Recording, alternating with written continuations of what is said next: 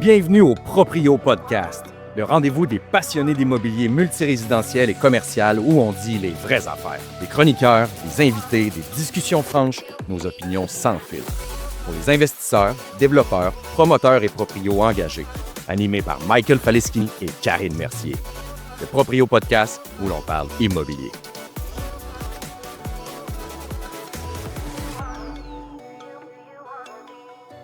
Bienvenue au Proprio Podcast, notre tout premier épisode. Vous êtes en compagnie de Michael Faleschini et Karine Mercier, mon associé. Salut Karine, comment ça va? Salut Mike, ça va super bien. Je suis très contente.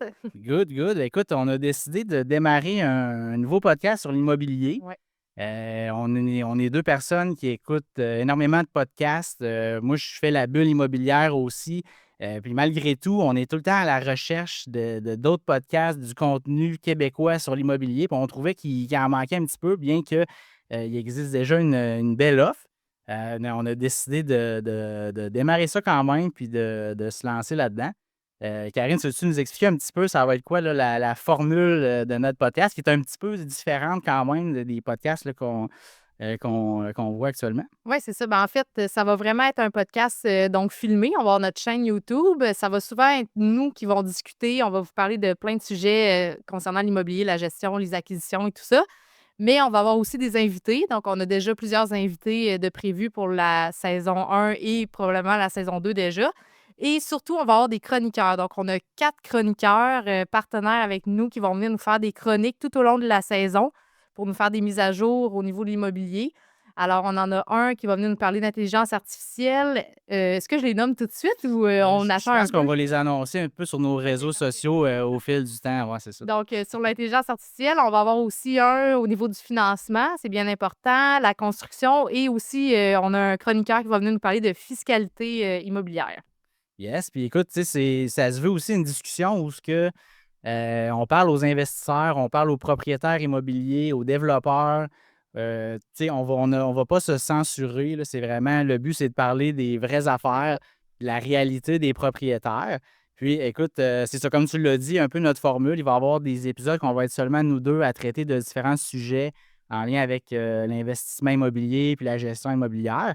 D'autres épisodes qu'on va vraiment avoir des invités avec nos chroniqueurs aussi, là, que ça va s'insérer à travers les épisodes du podcast, là. Exact, c'est ça. Donc, écoute, pour commencer, notre premier épisode, on a voulu traiter, je pense que c'est un de mes sujets, sinon mon sujet préféré, la prospection. Donc, le premier épisode, on va vous donner 10 trucs essentiels, selon nous, là, pour une prospection de maître, prospection réussie là, dans l'immobilier, là, principalement multirésidentiel, commercial, terrain Parce qu'on aussi. se le cachera pas, on s'entend en immobilier, le nerf de la guerre, c'est de trouver des deals. Si tu veux les trouver, ben il faut que tu prospectes, il faut que tu aies une prospection de maître.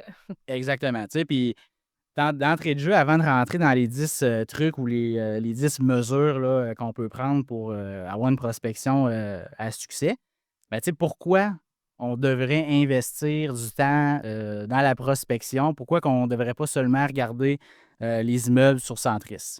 Oui, exact. Pourquoi est-ce qu'on regarde pas ce qui est sur le marché? Dans le fond, ben, c'est parce que, premièrement, tout le monde le fait. Là, on s'entend. Le but, c'est d'acheter hors marché. C'est de trouver des immeubles moins chers que les autres, qui ont une façon différente de pouvoir les acheter aussi, des conditions différentes. Le vendeur va être probablement plus flexible que s'il met son immeuble en vente à un gros prix. Il n'est pas pressé. Souvent, on entend dire, tu sais, on va à la pêche un peu. Là, on veut vendre cher. Donc, quand on va hors marché, ben ça nous permet d'avoir des meilleures conditions, des meilleurs prix aussi, des meilleurs délais, là. Des fois, on est capable d'aller chercher des délais plus longs, que ce soit pour le financement, aller trouver des investisseurs ou un projet quelconque. Souvent, le vendeur, ben, en communiquant avec toi, en ayant des bonnes discussions, ben, il va être plus ouvert versus quelqu'un qui met son immeuble sur le marché. Il est prêt.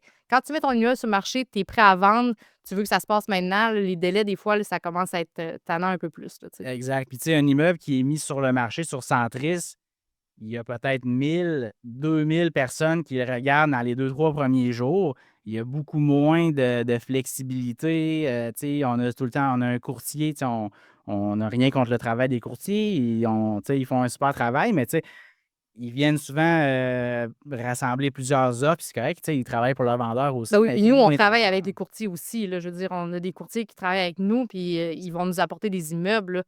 Mais c'est juste que quand il y a des courtiers, ben ça met un bassin plus grand. Puis effectivement, ben ça fait des fois que ça fait même des surenchères. Là. On l'a vu là, quand les taux étaient bas, là, il y a quelques années, ça faisait des surenchères. Les immeubles, ils ont explosé. Là. Fait que c'est sûr que... En ayant autant de gens qui tournent autour du même immeuble, du même deal, ben c'est sûr que ça devient très difficile d'acquérir à des conditions favorables.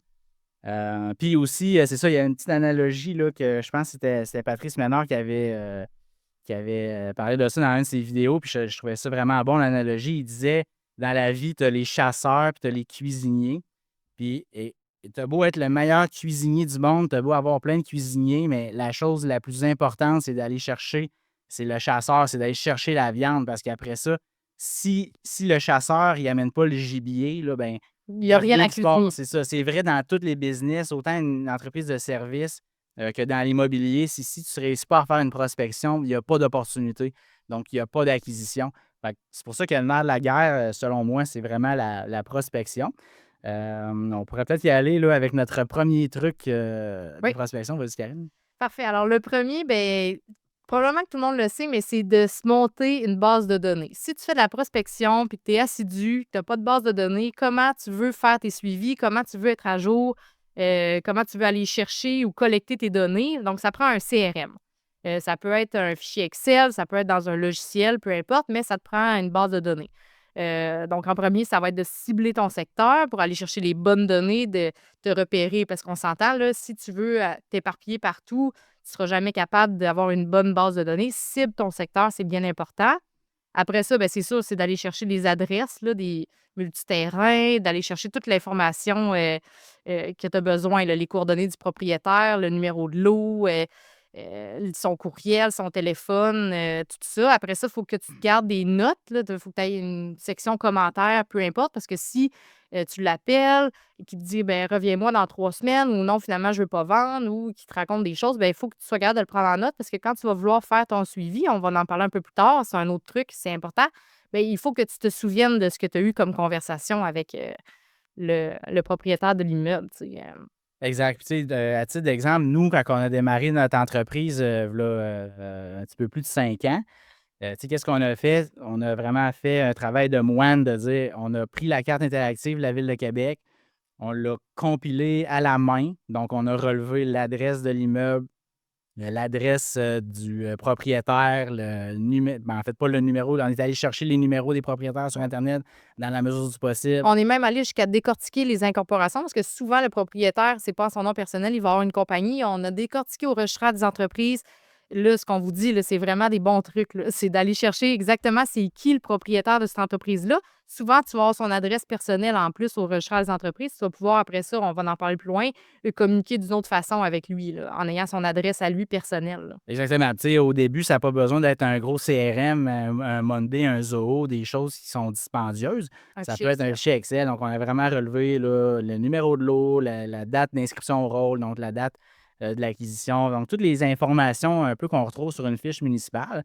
Puis, nous, on maintient à jour cette liste-là depuis plus de 5 ans. Donc, ce qui fait que dès qu'il y a une vente qui se fait, on met l'information à jour. Puis ça nous permet là, de vraiment d'avoir vraiment tous les immeubles. Parce que nous, ce qu'on veut, c'est acquérir des immeubles. Donc, 6 logements et plus. Et pourquoi qu'on l'a fait à la main? Donc, on a cliqué sur chaque immeuble de 6 logements et plus. Ça a pris 3 mois. Ouais. Pas de temps plein, mais soir, fin de semaine, là, parce qu'on avait un autre emploi. Oui, c'est ça. Quasiment temps plein. Puis, tu sais, on se mettait même des codes de couleurs. Je m'en rappelle, là, on se faisait des screenshots avec des codes de couleurs. Ce secteur-là, on l'a fait, il est réglé. Ça a pris, ça a été quelque chose. On s'est fait dire, mais pourquoi tu n'as pas juste acheté une liste avec JLR, etc. Mais la raison, c'est que JLR, ils prennent les adresses sur les actes de vente. Donc, tu sais, les adresses des propriétaires qui ont acquéri, ben, tu sais, elle n'est pas toujours à jour. Là. Fait que nous, on voulait avoir de quoi de 100% à jour. Donc, on est allé vraiment sa carte interactive, sortir toutes les fiches municipales. Puis, on a bâti notre CRM avec le temps avec ça. Je pense que c'est vraiment l'étape numéro 1. Pour faire de la prospection, il faut cibler les immeubles, les rassembler. Puis, c'est pas obligé d'être à travers toute la ville de Québec. Là. Si votre secteur, c'est Lévis, c'est Limoilou, mais on cible un secteur.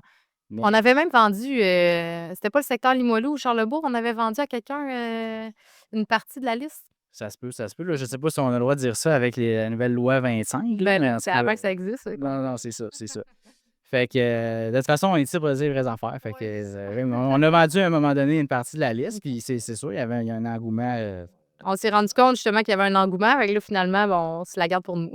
Ouais, on la vend pas. Là. D'accord. Si tu mets à vendre ça aussi, ça part de sa valeur, puis les informations des gens se mettent à. Fait que, bref, chacun doit se monter sa propre liste. On est prêt pour le deuxième truc de Oui, prospection, on est Caroline? prêt. Alors, deuxième truc important, ben là, ça vient après. Une fois que tu as monté ta liste, que tu as les données, ben il faut que tu puisses communiquer avec les gens. Alors, c'est de faire littéralement du cold call, alors des appels à froid. C'est pas compliqué, là. C'est super intimidant au début. Tu finis par t'habituer. C'est d'avoir un script direct. Alors, tu n'appelles pas la personne pour compter ta vie ou dire t'es qui, puis tout ça. Tu vas direct au but. Je suis telle personne, je veux acheter ton immeuble ou j'étais dans le secteur, je suis intéressée, j'achète de l'immobilier, etc. Il faut que la personne, tout de suite, tu vas droit au but, là, et tu vas avoir. Puis là, ça, c'est pour acheter des immeubles. On s'entend, tu peux faire ça pour vendre un service, n'importe quoi. Puis après ça, ben là, c'est sûr, les gens vont raccrocher la ligne au nez, ils vont te dire non. Donc là, ça va être important d'être capable de rattraper, même si la personne a dit non, ben est-ce que moi, je peux vous rappeler dans 6 mois? Mettons, on ne sait jamais. Là. Des fois, là, les gens, aujourd'hui, ils ne sont pas prêts à vendre ou des fois, ils sont 3 ou 4 propriétaires. Il faut que tu les appelles toutes d'ailleurs, c'est important. Ils ne sont pas prêts à vendre maintenant. Dans 3 mois, dans 4 mois, il y a quelque chose qui va se passer dans leur vie. Ils vont vouloir vendre. C'est important de faire un suivi. Tu leur demandes si tu peux faire un suivi. Là, s'ils te disent oui, ah oui, oui, rappelle-moi dans 6 mois, ben ça l'ouvre déjà une porte. Après ça, ton deuxième appel va être beaucoup plus facile. La personne t'a dit rappelle-moi. Donc, tu rappelles dans 6 mois. On s'est parlé le 6 mois, vous m'avez dit de vous rappeler. Êtes-vous maintenant vendeur? Tout ça. Bon. Fait que ça fait partie un peu d'un script, donc cold call. Alors, c'est ça. C'est vraiment. Tu sais, le cold call, je te dirais, c'est la chose la plus désagréable à faire en prospection. C'est la chose. Tu sais, il n'y a personne qui aime ça, déranger quelqu'un pour lui dire bonjour, monsieur, madame, je m'appelle telle personne, j'ai le goût Non. d'acheter votre immeuble, seriez-vous intéressé à recevoir une offre? Et il y a personne, c'est pas le fun de faire ça, mais tu sais, justement, il n'y a personne qui aime ça faire ça, ça veut dire qu'il n'y a pas grand monde qui le font, c'est inconfortable. C'est Pas ça. Fait que, justement, il n'y a personne quasiment qui le fait, fait que fais-le, ça va être encore plus payant. Puis on s'entend, y a-tu une meilleure façon que de solliciter un propriétaire que de l'appeler directement Ouais. pour se présenter, dire qu'on a un intérêt? Tu peux être sûr qu'il n'y a pas une dizaine, il n'y a pas une vingtaine de personnes qui fait ça. Si c'est fait contacter verbalement, c'est par quelques personnes, Puis en des plus, courtiers, je mais pense qu'aujourd'hui, dans l'ère où on est, avec les textos, les courriels, tu sais, toutes ces choses-là, les gens appellent plus. Fait que de un, c'est difficile de trouver le numéro de téléphone. Quand tu le trouves, utilise-le. Puis la personne va tellement être surprise de se faire appeler, c'est tellement rare qu'elle va. J'ai l'impression qu'on va moins déranger que d'envoyer un courriel qui va passer dans les spams avec tous les millions de courriels qu'on reçoit tous les jours, tu sais. Fait que je pense qu'en ce moment, il faut appeler, là, tu sais. On n'est plus habitué exact. de faire des téléphones. Les gens, j'ai quasiment l'impression qu'ils vont plus aimer ça que de recevoir un texto de publicité. À ça, on reçoit des textos publicitaires des magasins, là, tu sais. Exact. Tu sais, c'est aussi une game de volume, là, dans le sens que, tu sais, on fait des appels pour solliciter un propriétaire, savoir s'il est à vendre, mais tu sais, peut-être que c'est pas pour cette personne-là, peut-être qu'elle va vous raccrocher au nez, peut-être qu'elle va dire, des fois, elle va vous envoyer chier, des fois, elle va dire, ça fait 10 qui m'appellent, Ça- c'est ça, c'est pas un bon moment. Mais ça reste qu'il faut faire plusieurs appels comme ça, des immeubles qu'on sait, parce qu'on ne sait jamais, on veut identifier la personne qui est vendeuse. Fait que, tu sais, s'il y en a 9 qui nous envoient chier ou qui nous dit non ou qui nous dit rappelle-moi dans un an, mais c'est pas grave parce que sur 9, probablement qu'on va en avoir un qui va avoir un débouché C'est ça. possible. Puis probablement que peut-être ça va être un immeuble qu'on va finir par closer. Mais si tu n'avais pas fait ces 10 appels-là, tu n'aurais pas acheté cet immeuble-là. Fait que c'est assez majeur. L'objectif ultime, là, c'est pas te dire à chaque téléphone que je fais, il faut que je close, c'est te dire j'y vais au hasard, puis je vais pogner la personne qui est prête. C'est ça, faire du cold call. C'est juste, Exactement. tu te fais dire non, tu te fais dire non, tu te fais dire non, puis là, pouf, tu pognes la personne qui veut dire oui. C'est ça le but, là. Fait que c'est ça, là. Exact. Puis, tu sais, nous, on croit tellement à cette stratégie-là qu'on a décidé, là, à peu près 1 an, Ah. d'engager quelqu'un à temps plein qui prend notre liste, puis certains qui nous écoutent vont peut-être reçu plusieurs appels. Mais c'est ça, tu sais, sa job, c'est vraiment d'appeler tous les propriétaires de la Ville de Québec, dans la mesure du possible, savoir s'ils ont un intérêt pour vendre. Après ça, c'est oui, non, c'est dans 1 an, c'est dans 6 mois, on se fait des suivis, tout ça. Fait que c'est vraiment à ça que ça sert le cold call. C'est sûr que c'est un gros investissement en temps. Donc, après ça, c'est de voir si vous voulez faire cet investissement-là en temps et en énergie ou déléguer ou faire affaire avec des groupes qui le font. Si vous voulez investir dans l'immobilier, mais c'est définitivement là, un des meilleurs trucs de prospection qu'on peut donner. Ouais. Troisième truc? Ouais. Donc, les envois postaux, le fameux mailing, nous, je pense que notre entreprise de service a été quasiment basée, le start-up de notre compagnie a été carrément basé là-dessus parce que quand on a monté notre liste, notre CRM, la première chose qu'on a faite, je pense qu'on avait peut-être 4000 adresses de propriétaires à Québec, quelque chose comme ça. La première chose qu'on a faite, c'est qu'on a rédigé une lettre, on a imprimé ces 4000 lettres-là, on les a envoyées. Signé à la main, bien important. Oui, On signé a à la signé main. 4000 lettres à la main qu'on a toutes mis dans des enveloppes à la main, timbrées à la main.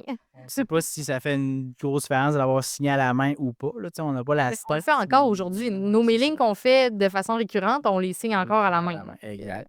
Donc, dans ce temps-là, nous, c'était pas vraiment faire de l'acquisition. On en a fait un peu pour l'acquisition, mais on offrait nos services de gestion immobilière. Fait que qu'est-ce qu'on a fait? C'est qu'on a envoyé ces 4000 lettres-là. Puis dans les 2-3 mois qui ont suivi, écoute, on a eu plein de retours. On a eu des gens qui nous appelaient. On prenait leurs coordonnées. On a envoyé des offres de services. Puis écoute, en l'espace de 3-4 mois, on a eu plein de mandats. Là. Tu sais, je pense C'est le que fun aussi parce que quand tu vises un secteur, tu fais ta lettre, tu l'envoies, tu peux attendre à peu près une semaine. Là, tu te mets à appeler le monde qui ont reçu ta lettre. Fait que c'est beaucoup plus facile aussi de dire, écoutez, je vous appelle, je suis intéressé par votre immeuble, vous avez peut-être reçu ma lettre. Là, là, tout de suite, la personne, elle va vouloir bien plus dialoguer avec toi en disant, oui, je l'ai reçu, je l'ai jeté tout de suite, je suis pas intéressé, ou oui, je l'ai reçu, je l'ai lu, belle lettre, là, hop, c'est plus facile. Fait que là, ça devient des appels à chaud un peu, là, des warm calls. Fait que c'est sûr que là, ça cold devient call plus fast facile. mailing, on appelle C'est ça. cold call post mailing. Mais c'est ça, tu sais, puis c'est vraiment, tu sais, les envois postaux, c'est une bouteille à la mer, là, tu sais. Nous, on a des retours, des fois, ça fait 1 an que la personne a reçu la lettre, elle l'a mis dans son tiroir avec d'autres lettres d'investisseurs, puis là, il nous dit, ben je suis prêt à vendre, je contacte les 3, 4, 5 personnes qui m'ont sollicité via une lettre, puis là, hop, tu te fais rappeler. Petite anecdote, on vient d'acquérir un 18 logements cet été. Le vendeur, quand il m'a répondu par courriel, il a mis la lettre que je lui avais envoyée, là, il l'a scanné, puis je l'avais envoyé en 2019. Fait que, tu sais, Puis on le a gars, acheté le bloc cet été. on a acheté le bloc en 2024. Fait que le gars m'envoie un courriel. Hey, tu m'as envoyé telle lettre en 2019. Là, je suis vendeur. Fait que, tu sais, je me suis dit, crime. Moi, c'est tombé comme ça un jeudi matin sur mon bureau. Finalement, super beau 18 logements dans Montcalm, à Québec. On s'entend sur le prix. Les étapes suivent leur cours. Puis finalement, on achète. Ben, tu sais, c'est fou, là. Tu sais, tout ça à cause du mailing que j'ai fait il y a 5 ans. Fait que, C'est tu sais, puissant. c'est tombé du ciel, tu sais. Fait que c'est vraiment une bouteille à la mer, là, tu sais. Quand on envoie une lettre, la personne, on ne sait jamais combien de temps. Puis, c'est pas comme envoyer un courriel ou un texto que la personne ne le lit même pas, puis elle se dit, tu sais, elle fait juste cliquer sur Delete. Là, c'est vraiment tangible. Tu sais, au moins, si elle veut le déliter, il faut qu'elle fasse l'effort de le prendre dans ses mains et de le mettre dans la poubelle. Oui, Tu parce que sais. de toute façon, il faut qu'elle prenne l'enveloppe dans la boîte à mal. C'est écrit son nom dessus, il y a un petit timbre à la main. Tu es curieux de savoir qui t'a envoyé une lettre. Tu l'ouvres, là. C'est rare les gens qui vont juste jeter l'enveloppe sans même l'ouvrir. Fait que là, tu as une étape de plus de fête, là. C'est ça, puis on se faisait dire des fois, ben voyons, c'est normal arriéré à envoyer de la poste, tout ça, mais au contraire, justement, là, tu C'est sais, peut-être arriéré, mais c'est payant. c'est tangible, c'est ça. C'est un peu comme l'immobilier, là, c'est tangible. Là. C'est un bon investissement. Fait que, tu sais, moi, envoi postal dans la prospection, je pense que c'est un incontournable aussi. Numéro 4? Oui, on est Bon, prêt. numéro 4, c'est d'utiliser les outils de recherche. Moi, j'ai commencé ma carrière comme évaluateur agréé, puis je faisais, ma première job, c'était j'étais étudiant en évaluation, on faisait de la base de données, OK?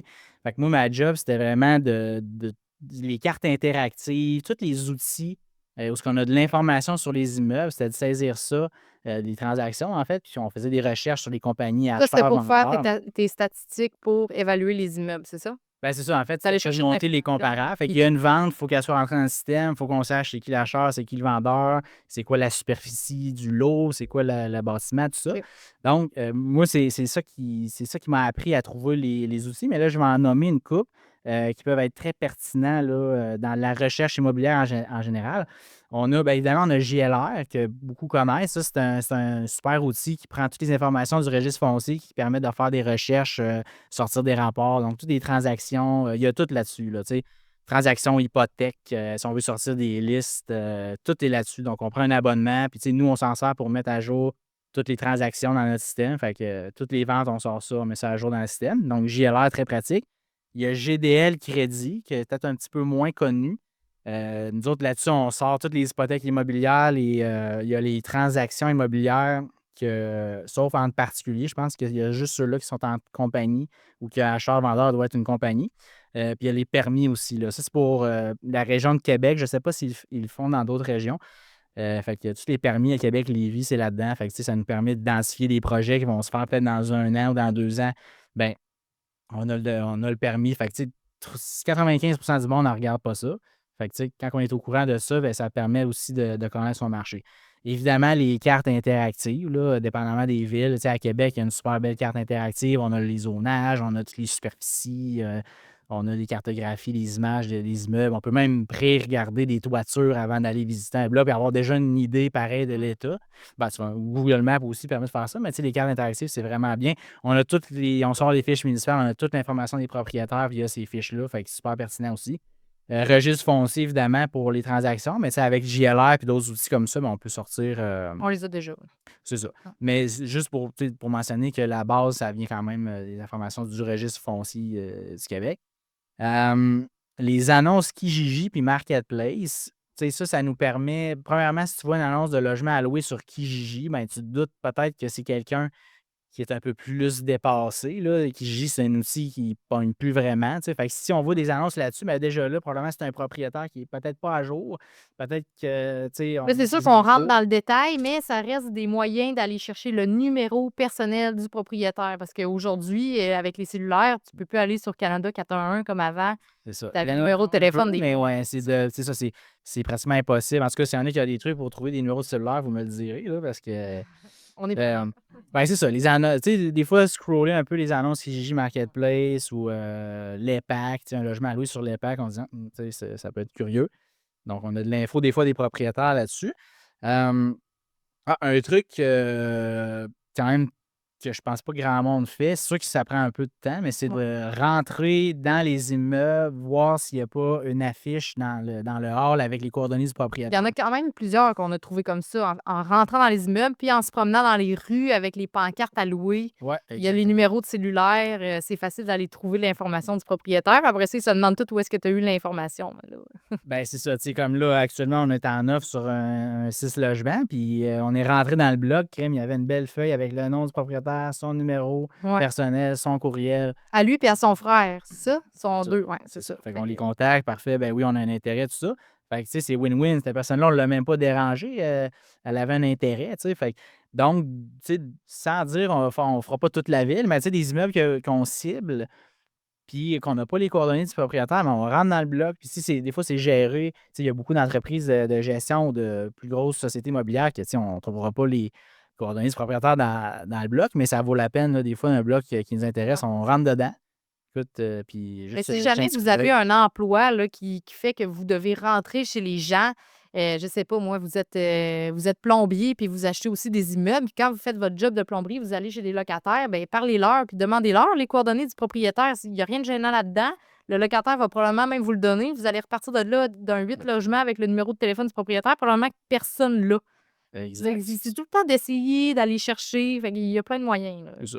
Puis peut-être qu'on ne closera pas cet immeuble-là nécessairement, mais c'est à force d'en travailler que ça va payer.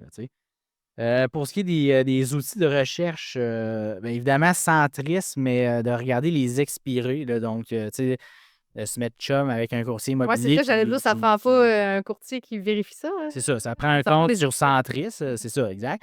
Fait que c'est soit qu'on emprunte le compte d'un coursier ou qu'on demande à son coursier préféré juste de nous sortir toutes les expirés. Les expirés, c'est quoi? C'est tous les immeubles, mettons aujourd'hui, les expirés à partir d'aujourd'hui, depuis 1 an, mettons, ben, c'est tous les mandats de courtage qui ont expiré. C'est sûr que les coursiers, quand ils entendent ça, ils n'aiment pas ça parce que, ils l'ont pas vendu. Puis là, toi, tu arrives après ça, puis tu as identifié la personne, elle a sûrement un intérêt à vendre, mais elle ne l'a pas vendu. Peut-être qu'elle n'a pas eu son prix. Peut-être qu'elle a changé d'idée, mais c'est quelqu'un qui a fait l'action de mandater un courtier pour inscrire son immeuble sur le marché et que le mandat a expiré. Elle est prête quand même. Tu le sais qu'il y a un certain intérêt vers la vente. Fait que, d'aller cibler ces immeubles-là, puis de justement les contacter pour voir son intérêt, ben c'est pas fou. Cinquième truc? Oui, 5e truc, c'est ça. c'est toi, Ouais. vas-y, je te laisse 5e aller. truc, ça se rapproche un peu, c'est carrément le porte-à-porte. Là, ça, c'est sûr que tu peux pas faire ça à la grandeur de la ville, mais supposons, là, je sais pas, moi, tu un quartier, une rue en particulier, ben, tu sais, tu peux aller cogner, là. Donc, c'est sûr que des immeubles à logement, ben, là, tu risques de pas tomber sur le propriétaire parce que c'est les locataires qui habitent là. Mais, par exemple, je sais pas, moi, tu veux construire, c'est un quartier résidentiel, le zonage le permet, ben, tu peux aller cogner carrément, les maisons, souvent, ça va être le propriétaire occupant qui va habiter dans sa maison. Nous, récemment, ben, on l'a fait un peu parce qu'on n'arrivait pas à joindre certains propriétaires, mais il y a un quartier que le zonage a changé, permettait des 6 logements, c'était toutes des maisons. Bien, on va cogner aux portes, on parle au propriétaire, voir s'il est vendeur et c'est une autre façon d'approcher si tu as pas le numéro de téléphone, si tu veux pas envoyer une lettre, peu importe, c'est carrément d'aller faire, du porte-à-porte, là. Donc, c'est sûr que tu peux pas y aller avec un fort volume, ça prend beaucoup de temps aussi, mais ça permet un meilleur rapprochement entre toi et le propriétaire. Probablement qu'il va beaucoup plus se rappeler de toi. Il va te donner probablement son numéro de téléphone ou son courriel. Quand tu vas le rappeler ou lui écrire, il va se souvenir que tu es allé en personne. Fait que c'est sûr que ça, c'est un autre truc, mais bon, c'est sûr que c'est pas tout le monde qui peut faire ça, là. C'est ça, faut vraiment cibler, les propriétés parce que, tu sais, en termes de temps, c'est sûr ça va gruger beaucoup de temps, là. Fait que, tu Beaucoup sais, d'énergie, ouais. c'est ça, fait que faire 3 porte-à-porte, tu sais, tu pourrais faire peut-être, 25 appels pendant ce temps-là. Mmh. Fait que c'est vraiment de doser puis d'y aller vraiment par pertinence. Puis il faut que tu y ailles en plus à des moments où, tu vas un peu déranger les gens, là, tu sais. Si tu y vas dans le jour, ben probablement ils risquent de travailler, à moins qu'ils soient à la retraite, mais tu sais, fait que c'est pas évident de les croiser. Fait qu'il faut que tu y ailles plus de soir, sur l'heure du souper peut-être, la fin de semaine en matinée. Fait que c'est sûr que tu rentres plus dans la vie privée des gens, mais aujourd'hui, il y a plus beaucoup de gens qui font ça du porte-à-porte, fait que ça peut surprendre puis être, reçu positivement, là, à cause de ça. C'est ça. Puis, tu sais, on rentre un peu dans la même relation qu'avec le cold call, c'est-à-dire qu'il y a pas grand monde, sinon à peu près personne qui fait ça du porte-à-porte pour, Non, dire, tu sais, qu'on est acheteur. Fait que si tu le fais, on s'entend, tu es en avant de 99 du monde, là. c'est ça. Ouais. 6e truc, Yes. tout ce qui est les relations et le réseautage, tu sais, ça, je le mettrais un peu dans la prospection, passive, là, dans le sens que c'est vraiment de bâtir des relations. C'est sûr, c'est du long terme, mais je pense que la prospection, de toute façon, c'est ça, tu sais, c'est vraiment du long terme. Puis il ne faut pas s'attendre, tu sais, à faire 10 appels puis closer un deal nécessairement. Fait qu'il faut vraiment bâtir un mindset puis tu sais, se faire un entourage par rapport à ça. Donc, tout ce qui est les courtiers immobiliers qui vont faire des pocket listings. Donc, tu sais, des courtiers immobiliers qui ne vont pas nécessairement mettre les immeubles sur Centris.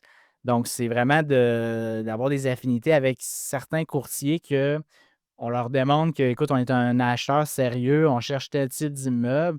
Puis ces courtiers-là, eux autres, pour des raisons qui leur appartiennent, ils préfèrent faire les transactions tu sais, de gré à gré, là, pas en les affichant sur le marché plus discret. Fait que souvent, ces courtiers-là, ça vaut de l'or, là. C'est des gens qui parlent à des propriétaires à longueur de semaine, qui ont des mandats pocket listing, puis qui ont quelques acheteurs à qui ils envoient ça. Fait que, tu sais, de se qualifier auprès de ces personnes-là comme étant des acheteurs intéressants avec qui tu sais, qu'on peut faire des deals. Fait que, tu sais, ça, c'est super important de faire ça. Euh, Tout ce qui est les fameux bird dog, tu sais, c'est un peu comme des coursiers, mais c'est des gens qui flippent des PA, là. Ils font de la prospection, puis tu sais, quand ils ont un deal intéressant, que pour X raison, ne sont pas en mesure d'acheter eux-mêmes ou qu'ils ne veulent pas l'acquérir, ben ils vont passer la POC à quelqu'un d'autre contre une rémunération. Est-ce que tu en fais moins? Il me semble qu'il y a eu une mode que tout le monde faisait ça, le flip des PA, puis tout ça. Il me semble qu'on entend moins parler. C'est-tu parce que les gens se sont tannés de faire ça ou les courtiers se sont tannés qu'il y ait des gens qui faisaient ça? Puis... C'est sûr que ça doit flirter un peu avec l'illégalité là, avec les lois sur le courtage, mais écoute, il y a tout le temps quand même des gens qui le font. C'est vrai qu'on en voit peut-être un petit peu moins, peut-être parce que les gens qui faisaient ça se sont rendus compte que c'était mieux de les acheter au lieu de les revendre, là, mais ça reste que, tu sais, c'est le genre de relations qu'il faut entretenir. Sinon, les autres investisseurs, au même titre que toi puis moi, souvent, tu sais, comme nous, on est en train d'en acquérir un d'un joueur un petit peu plus gros que nous, puis c'est quelqu'un qui, lui, nous vend un 6 logements, il construit des buildings, il achète du plus gros. Fait que, tu sais, ce petit 6 logements-là, c'était moins pertinent dans son portefeuille. Fait que, tu sais, il était pas nécessairement optimisé, tout ça. C'était plus, je dirais peut-être pas un boulet, là, mais tu sais, un petit logement tannant dans un portefeuille, mais tu sais, hop, eh bien, c'est un autre investisseur avec nous. Des fois, on se dit: «Crème, on va pas demander à un investisseur, mettons, tu sais, dans notre réseau, s'il est vendeur, tu sais, il est comme nous, il est acheteur, c'est sûr, on présume, tu sais, on présume tout le temps». Mais des fois, tu sais, ça peut être pour X raisons, une vente à un prix qui est quand même intéressant, même si c'est un autre investisseur puis qui connaît, autant de trucs de prospection que vous et moi, là. Donc, des fois, d'oser demander à des collègues investisseurs s'ils n'ont pas des immeubles à vendre ou quoi que ce soit, mais ça peut être, pertinent. Puis encore une fois, ça c'est si on ne demande pas, ben on le saura pas, là. Fait que c'est juste d'oser demander, là, tu sais. Mais c'est de leur parler aussi là, que tu es acheteur parce qu'eux, ils sont acheteurs, ils vont prospecter, ils vont en trouver. Des fois, ça va être trop petit comme projet, ils vont aller te référer. Fait que c'est sûr que c'est une façon d'aller chercher des deals. C'est ça. Fait que, tu sais, d'où l'importance de faire du réseautage puis de maintenir un réseau, que ce soit par des masterminds, des groupes d'affaires, des dîners organisés entre personnes qui ont de l'intérêt avec de l'immobilier. Ça fait longtemps que tu en fais. Oui, moi, j'ai commencé le réseautage en 2016, je te dirais, avec toutes sortes En d'activités. quittant l'université, tu t'es dit. Ouais, quand j'ai commencé à travailler en immobilier, là, j'ai commencé à faire du réseautage. Puis là, plus tard, ça a porté fruit. Tu sais. À ce moment-là, je ne savais pas qu'on allait démarrer une entreprise. Je ne savais pas qu'on allait investir autant. Fait que, tu sais, Tu as encore un groupe d'affaires qui est depuis 2016, c'est ça? Tu l'as créé en 2016? ouais, ben, j'ai un groupe d'affaires en 2017 là, qui roule encore. On est 20 membres à peu près. Là. C'est composé de propriétaires, d'investisseurs immobiliers, puis aussi de certains professionnels en lien avec l'immobilier. Donc, c'est vraiment un groupe où on fait des déjeuners, des dîners avec des présentations, tout ça. Sinon, j'ai des petits groupes de réseautage aussi. On est en train de mettre sur pied un mastermind aussi. Puis, il y a le réseau immobilier. J'ai commencé justement à participer au réseau immobilier, moi, en 2016. Ça, c'est le réseau le plus pertinent, selon moi, si on est investisseur immobilier. Tu sais, c'est vraiment des déjeuners-conférences avec un colloque annuel. Il y a aussi cocktail tu sais, à Noël, etc. Il y a un golf pour la rentrée. Fait que ça, c'est vraiment une combinaison d'investisseurs, de promoteurs, de professionnels en lien avec l'immobilier. Puis moi, je suis sur le CA d'ailleurs. Depuis de- 2 ans. depuis un an et quelques, là, à peu près. Puis, fait que c'est super pertinent comme réseau. Là. On fait vraiment des bons contacts là-bas. Donc, le voisinage aussi. Tu sais, t'as un immeuble, tu as un 8 logements quelque part, mais ton voisin, on trouve une excuse pour y parler du stationnement ou peu importe. Tu te mets en relation avec lui, c'est quelqu'un qui va peut-être C'est ça. te vendre à un moment donné. Tu sais, moi, ça m'est arrivé, premier bloc que j'ai acheté, ben ça a donné que j'ai acheté le voisin parce que, écoute, on s'est connus vu que j'étais son voisin. Fait que, tu sais, juste le fait d'être voisin, ça facilite tout. Là, tu sais, comme on en a un aussi à Sainte-Foy, ben là, on partage le stationnement. Fait que, tu sais, On loue ensemble le déneigement. container. Fait qu'on a toujours une relation. Il faut toujours avoir une bonne relation avec tes voisins d'immeuble. Exact. Si jamais tu achètes un immeuble, tu n'as aucune idée c'est qui ton voisin, ben fais exprès d'aller chercher ses coordonnées pour te présenter simplement parce que tu viens d'acheter l'immeuble à côté. S'il arrive quelque chose, vous voulez vous parler. C'est une raison facile d'aller chercher son numéro de cellulaire, d'aller chercher son courriel. Puis là, à un moment donné, ben, tu lui demandes s'il est vendeur. Puis, C'est ça. Puis, tu sais, on n'y pense pas. Des fois, on cherche des immeubles partout, mais on en a un dans le cour en arrière, les deux voisins en avant, en face, c'est ça. ça fait trois. Fait que juste ça, ça fait des gens qu'on peut contacter avec une approche facile, puis peut-être qui ont un intérêt pour la vente à court moyen terme. Sinon, les constructeurs qui développent des terrains.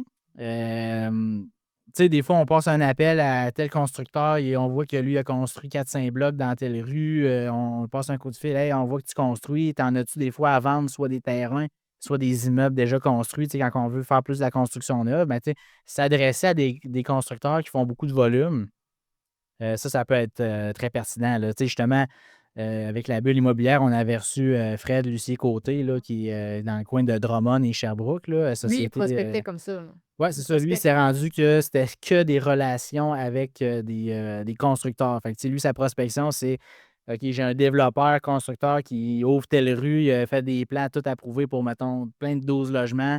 Bien, lui, il en achetait une bâche là-dedans. Lui, il Puis achète le projet à terme, puis qui est prêt à être construit. C'est un peu ça, là, me semble. je sais pas si lui, il développe peut-être, là, mais toujours est-il que lui, c'était vraiment, il identifiait l'opportunité, c'était le constructeur, tu sais, entre autres, là, qui lui vendait ça, constructeur-développeur.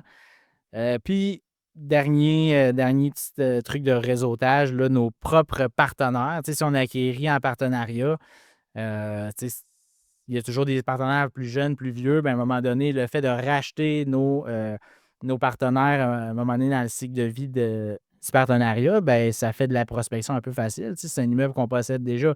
Fait qu'on a, mettons, 50 ben, c'est facile d'aller, quand l'autre partenaire veut passer à d'autres choses, ben écoute, on acquiert sa part. Ben, C'est ça. c'est un beau truc de prospection. Encore une fois, des fois, on n'y pense pas. On a un immeuble dans la cour en arrière. Notre partenaire, tu sais, peut-être que lui, il est dû pour une sortie. Nous, on est peut-être acquéreurs. Fait que ça vaut la peine, des fois, d'ouvrir la discussion avec nos partenaires par rapport à ça.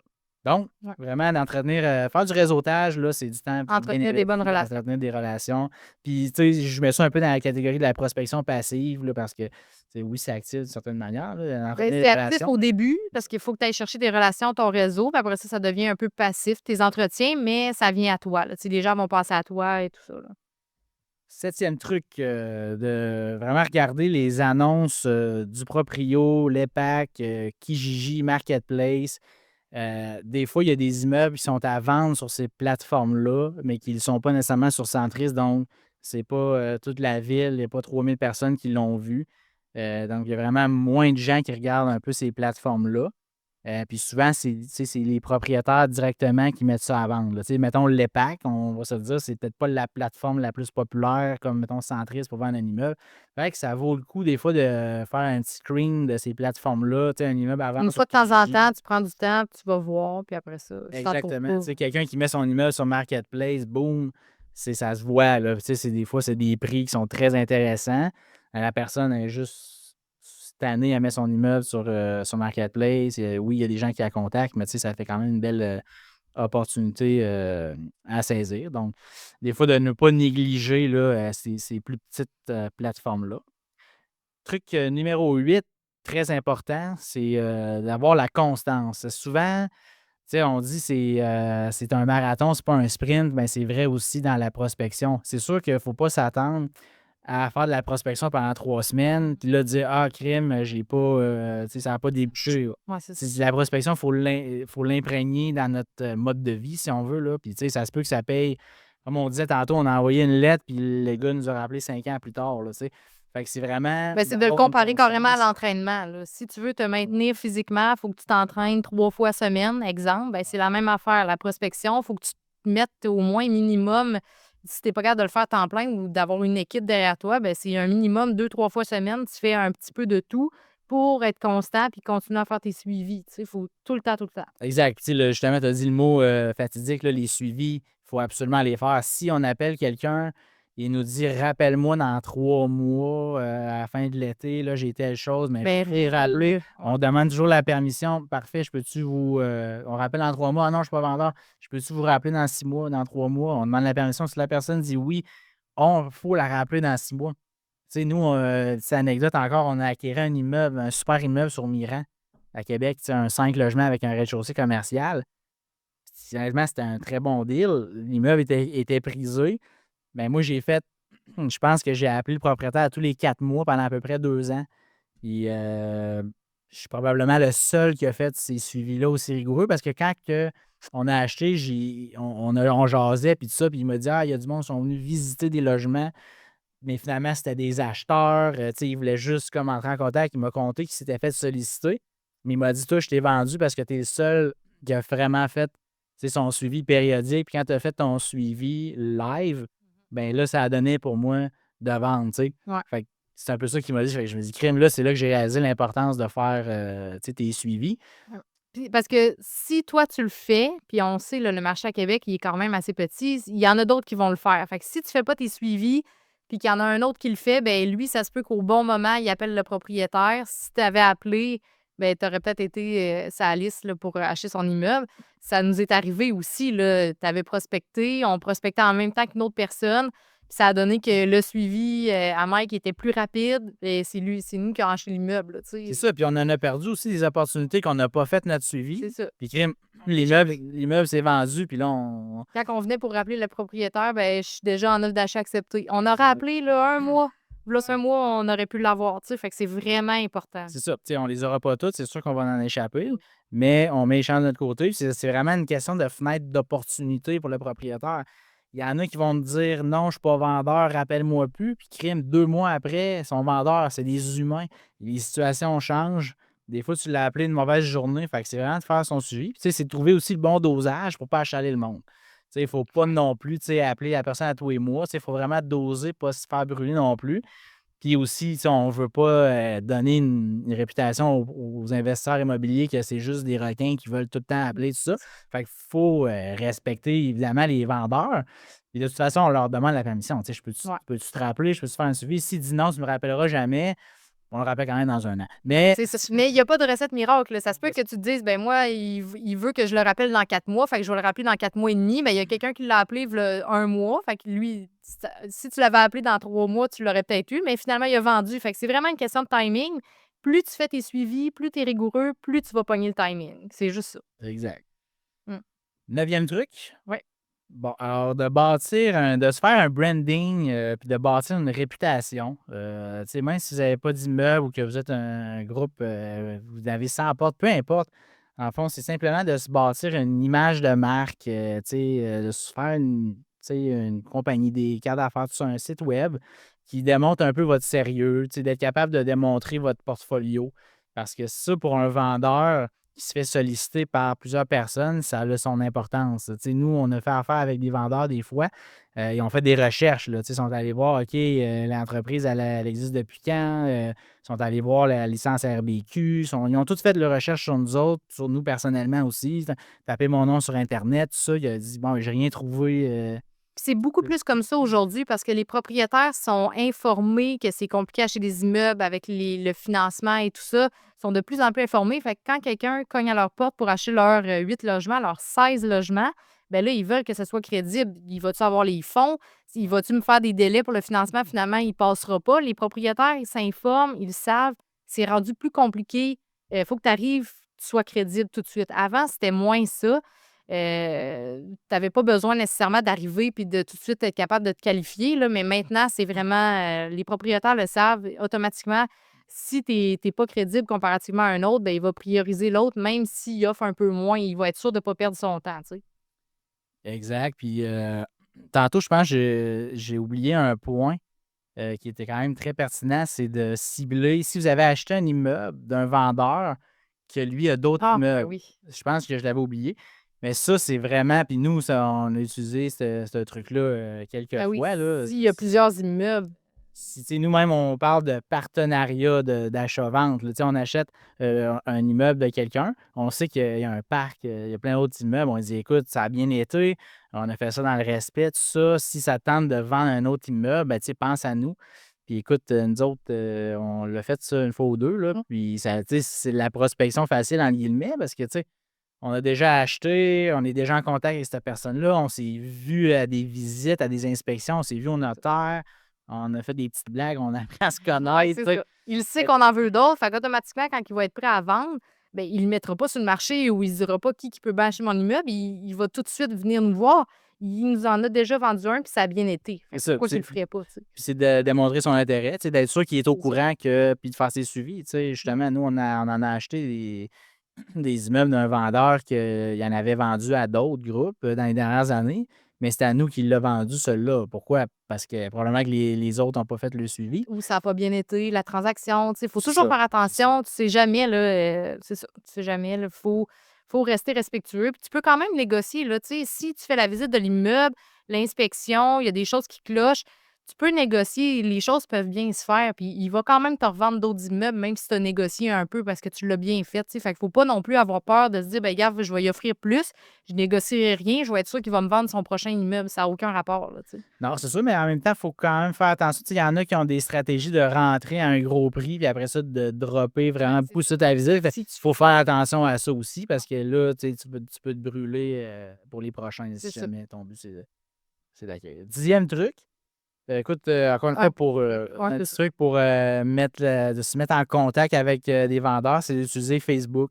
Ça a l'air con, mais tu regardes le nom de la personne de cet immeuble-là, du propriétaire de cet immeuble-là, tu te recherches Facebook. Bonjour, est-ce que vous êtes le propriétaire du 10 logements sur telle rue? Oui, non, mais là, ah oui, OK, écoute, on aurait un intérêt, tout ça. C'est un petit message. La personne, Elle va le voir. Si elle n'a pas d'intérêt, elle ne vous répondra pas. Si elle a un intérêt, elle n'est pas obligée de vous accepter aussi si vous l'ajoutez comme ami. Fait que, tu sais, c'est vraiment une façon douce d'être en contact avec des gens, d'aller d'aller demander le numéro de la personne pour pousser un peu la discussion. Puis souvent, c'est une façon de se mettre en contact avec quelqu'un qu'on n'aurait pas ses coordonnées nulle part ailleurs. Fait que c'est vraiment d'aller l'ajouter sur Facebook, il envoie un petit message, on a un intérêt pour ton immeuble, tout ça. Ben, ça aussi, on le fait, puis ça nous permet quand même de. C'est une façon quand même inusitée là, de faire de la prospection. Euh, Là, c'est sûr qu'on a 10 trucs, un peu, mais techniquement, tu en aurais eu un 11e. Ouais. Je pense que tu voulais pas trop t'avancer. Exactement. Je voulais aussi encourager les gens à communiquer avec nous là, sur nos différentes plateformes. On a un 11e truc de prospection qu'on ne voulait pas dire vraiment dans le podcast. On va le dire de vive voix aux gens qui vont nous contacter. C'est un truc surprise. On ne le dévoile pas tout de suite. Ben, c'est surtout aussi à cause de la confidentialité.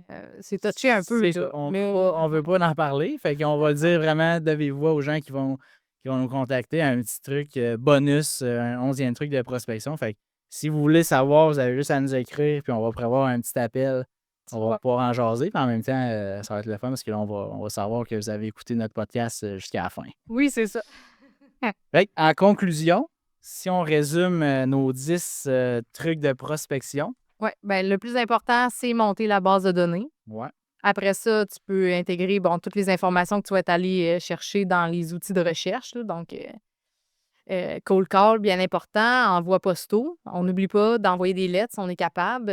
C'est archaïque, mais ça fonctionne. Les outils de recherche, donc vraiment tout ce qui est les cartes interactives, les outils qui prennent l'info sur le registre foncier. Donc, vraiment d'être créatif à ce niveau-là. Donc, pour aller chercher toute l'information, puis encore une fois, de fournir notre base de données. Ensuite, le porte-à-porte, ça, c'est un truc qui peut être vraiment plus de pointe, là, pour peaufiner quand on veut vraiment être en contact avec quelqu'un. Les relations et le réseautage, donc tout ce qui est les courtiers en pocket listing, les autres investisseurs, bâtir des relations acheteurs-vendeurs, donc avec nos voisins et nos partenaires. Donc vraiment aussi être créatif à ce niveau-là. De vérifier les annonces classées qui sont peut-être un petit peu moins populaires comme Kijiji, l'EPAC, etc. Ensuite, on a vraiment d'avoir une constante, donc appliquer tous ces trucs-là de façon constante. Je pense que c'est plus important de le faire moins souvent, mais d'être constant, que de le faire, donner un gros boost pendant 2 mois puis de ne plus jamais en refaire parce qu'on est écœuré. Fait que d'y aller à l'usage. Donc, la constance, de bâtir un branding et de maintenir une bonne réputation aux yeux des vendeurs et finalement le Facebook pour aller entrer en contact avec des gens qu'on a plus de difficultés à rejoindre. Et évidemment, notre 11e truc, comme on vient de dire, qu'il va falloir nous contacter directement. C'est ça. Puis nous, en fait, on fait ça. Tu sais, maintenant, on a quelqu'un temps plein depuis 1 an qui fait ça. C'est important pour nous parce qu'on achète des immeubles avec des partenaires. Fait que c'est sûr que ce qu'on va aller trouver comme immeuble, c'est hors marché, c'est des deals. Il faut apporter quelque chose à nos partenaires. Pourquoi ils achèteraient avec nous? Fait que c'est pour ça que c'est important d'aller chercher une constance. Même si tu es tout seul, vous êtes 2, puis que vous voulez vendre un peu, vous n'avez pas l'argent, puis vous voulez aller vendre. Pourquoi que les gens devraient investir avec vous? Ben là, c'est facile de dire, ben regarde, moi, je vais les trouver, les deals. Je suis constant, je fais telle affaire. C'est beaucoup plus vendeur. Ça rassure un investisseur, puis ça va le rassurer qu'il va avoir un bon rendement, un retour sur son investissement. Lui, le but, c'est ça. Fait que c'est sûr que si tu fais de la prospection, et que tu es capable de rapporter les deals, de rapporter la viande au cuisinier, bien là, c'est ça. C'est de même que tu fais de l'argent. Oui, exact. Puis, nous, c'est un peu ça qui nous distingue.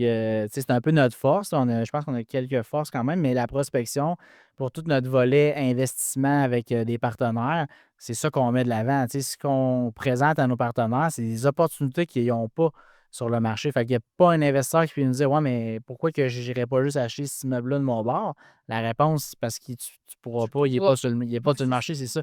Nous, on a fait de notre vie, notre système, la prospection. Fait que c'est pas tout le monde qui va pouvoir se permettre ça, mais c'est soit d'en faire un peu, soit justement de faire affaire avec des groupes, des investisseurs qui ont décidé de se lancer dans la machine, de monter ça. Exact. Fait que ça conclut pas mal notre premier épisode. C'est le fun. Fait que j'espère que tout le monde a aimé ça. Puis en plus, il va y avoir d'autres épisodes comme ça qu'on est juste les deux, qu'on discute. On va vous apporter des sujets, des trucs et astuces au niveau gestion aussi, parce qu'on a une compagnie de gestion d'immeubles, on en gère beaucoup pour d'autres, pour nous-mêmes. Puis, on va avoir nos invités là, aussi qui vont venir faire des petits épisodes avec nous.